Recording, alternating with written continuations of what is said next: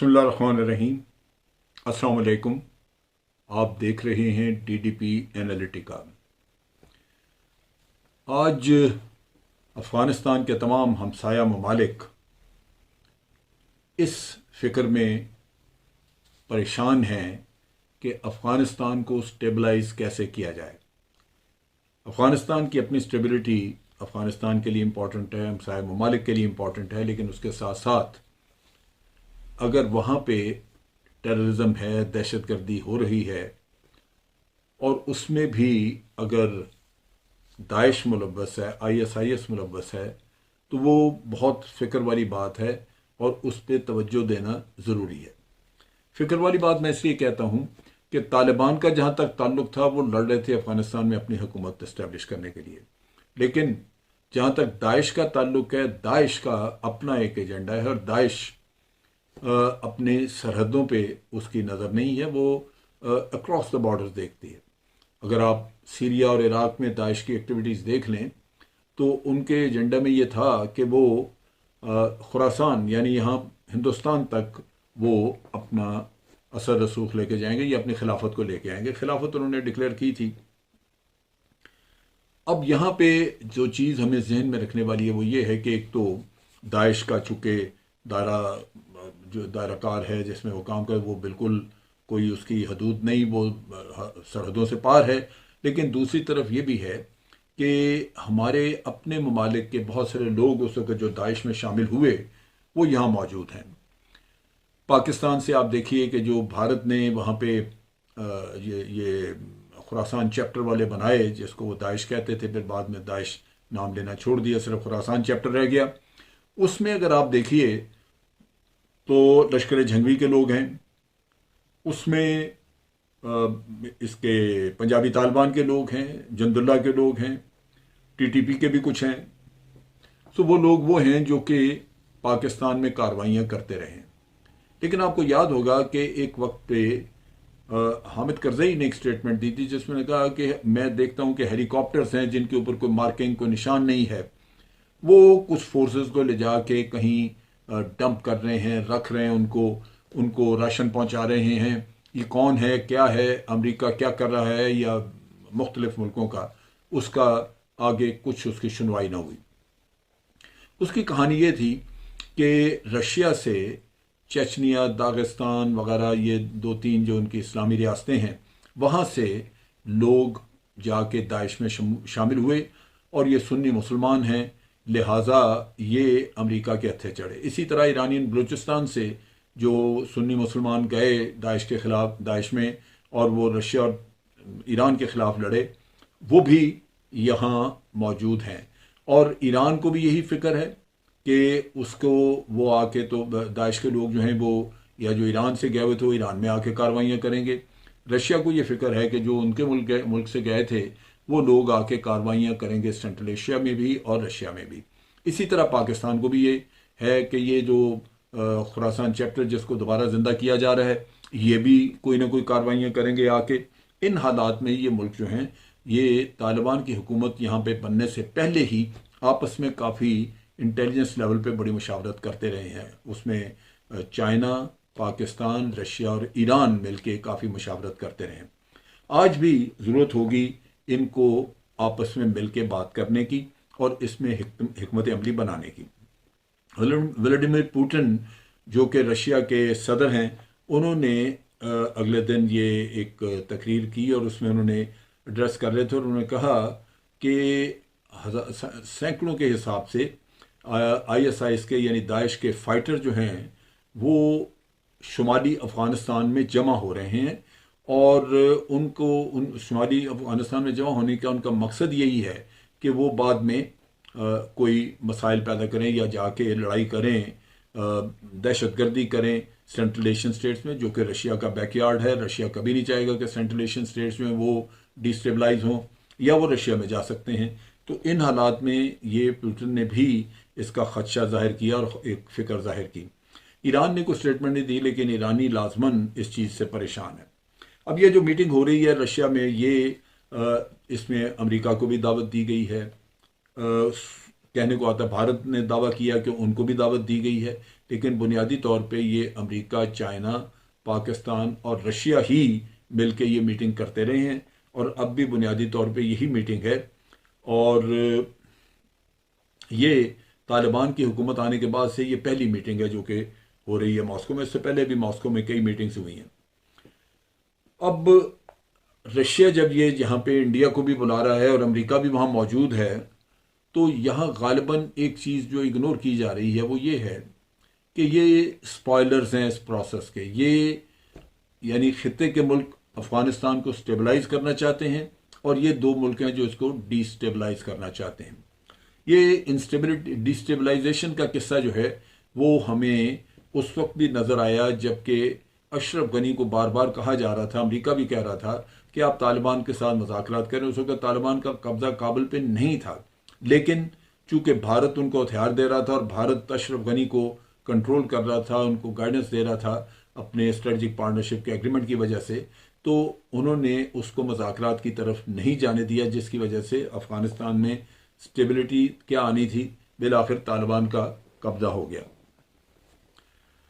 अब ये कहते हैं कि मीटिंग के एक आध दिन बाद, ये जो मीटिंग की जा रही है मॉस्को में, इसके एक आध दिन बाद वहाँ पे तालिबान और तालिबान के लीडर्स के साथ बात होगी, और उसके अलावा कोई और रीजनल प्लेयर्स जिसमें हो सकता है कि ये भारत वगैरह को इन्वॉल्व करें और तालिबान से उनकी अलहदा बातचीत कराएं। लेकिन ये जो रीजनल प्लेयर्स से वो बातचीत करना चाहते हैं, इसका उनका मकसद है कि जो इनको इंटरनेशनल असिस्टेंस देनी है ह्यूमैनिटेरियन मकसद के लिए या ह्यूमैनिटेरियन क्राइसिस से बचने के लिए, उसके बारे में कोई हिकमत अमली वज़ा की जाए। लेकिन उसके साथ साथ ये भी है कि जो ये मीटिंग हो रही है जिसमें कि अमेरिका, चाइना, पाकिस्तान मौजूद होंगे, ये भी एक अपना मुश्तरका लाएमल बनाएंगे।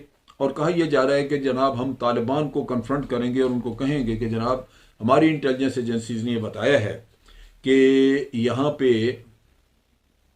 ISIS के लोग जो हैं वो शुमाली अफगानिस्तान में जमा हो रहे हैं, और बाज़ अंदाज़ों के मुताबिक 2000 या इससे कुछ ज़्यादा लोग हैं।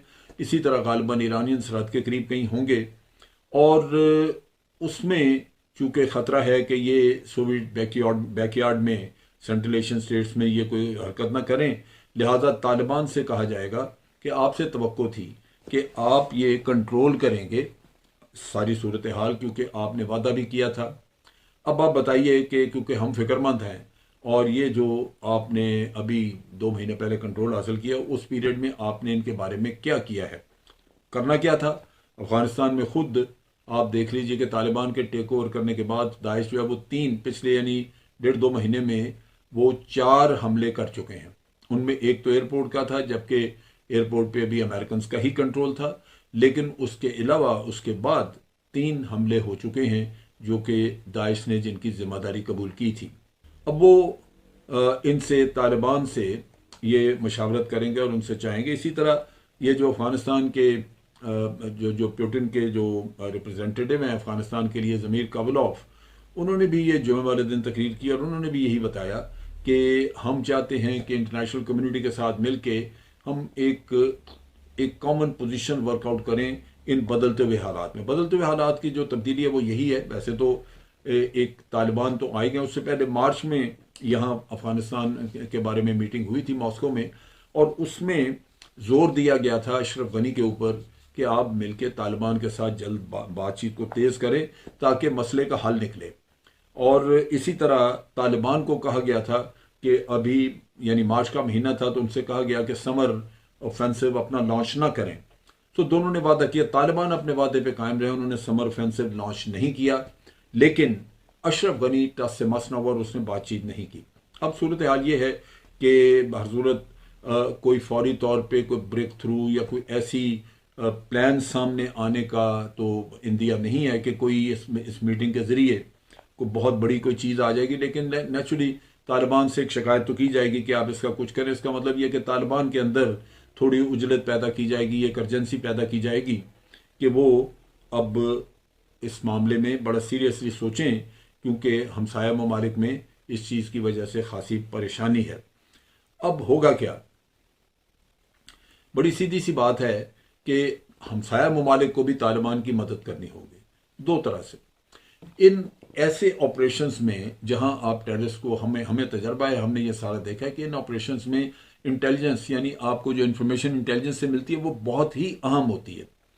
पहली बात तो ये होनी चाहिए कि ये तमाम जो रीजनल कंट्रीज हैं, China, Pakistan, Russia, central Asian states, Iran, ये तालिबान के साथ एक मजबूत सिस्टम वर्कआउट करें इंटेलिजेंस शेयरिंग का, क्योंकि इंटेलिजेंस शेयरिंग, इंफॉर्मेशन इनको दी जाएगी तो तालिबान अपनी हिकमत अमली कर सकेंगे। दूसरी चीज़ ये है कि टेरर, एंटी टेरर ऑपरेशंस के लिए तालिबान के जो सिपाही हैं या इनके जो फोर्स है इनकी, उसको ट्रेन किया जाए।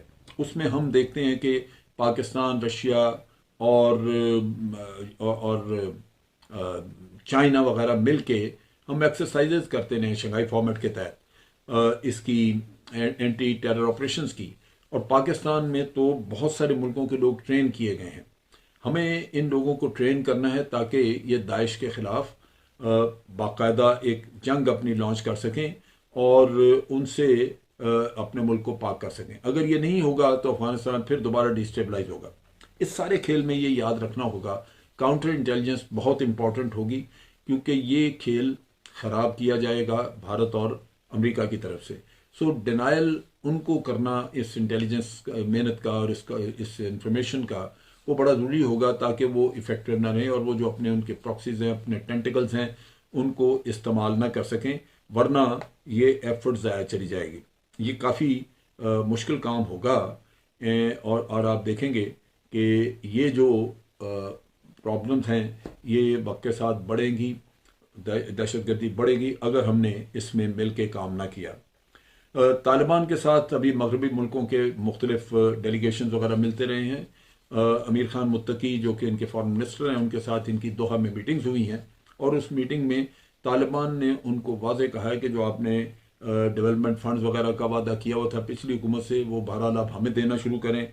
हम लोगों को तनख्वाहें देंगे, उनको तनख्वाहें वगैरह देनी है। दूसरा, हमारे मुल्क को रिकगनाइज करें, क्योंकि रिकग्निशन से जो बाहमी ताल्लुकात बढ़ते हैं और फ़ायदा होता है वो उसको हम इस्तेमाल कर सकें। लेकिन ये जो वेस्टर्न कंट्रीज़ की इंटरेस्ट है उसके नेगेटिव इफ़ेक्ट भी आ सकते हैं, क्योंकि उनके मफादात कुछ मुख्तलिफ हैं। लिहाजा यहाँ पे चाइना और रशिया के लिए वो वेस्टर्न कंट्रीज़ मेहनत करके स्टेबिलिटी बना के नहीं देंगे, क्योंकि ये तो उनके एडवर्सरीज हैं। उन्होंने अपनी नेशनल सिक्योरिटी पेपर्स में उनको एडवर्सरी डिक्लेयर किया हुआ है ओपनली। लिहाजा ये बड़ा ज़रूरी है कि ये जो मगरबी ममालिक हैं, अगर वो कोई काम करते हैं यहाँ पे ह्यूमैनिटेरियन वर्क, तो वो तो ठीक है, लेकिन उन पर बड़ी कड़ी निगाह रखी जाए ताकि वो कोई ऐसा शैतानी अमल न करके जाएं जिससे कि यहाँ पे इस मुल्क में अफरा तफरी फैले। तो ये सारा खेल बुनियादी तौर पे रीजनल कंट्रीज़ के तावन का है कि अगर हम ये तावन करेंगे तो बिल्कुल उससे यहाँ पे स्टेबिलिटी आएगी और अफ़गानी फोर्सेस को, जो भी उनकी अभी तालिबान की फोर्सेस हैं, उनको एंटी टेरर ऑपरेशंस में ट्रेन किया जाए, ऑर्गेनाइज किया जाए, उनको डिसिप्लिन किया जाए, उनको अगर वेपन्स की ज़रूरत है वेपन्स दिए जाएं जो मुनासिब हों, और उसके साथ साथ इंटेलिजेंस शेयरिंग का एक मजबूत निज़ाम बनाया जाए। आज के लिए इतना ही। अफवाज पाकिस्तान जिंदाबाद, पाकिस्तान पाइंदाबाद।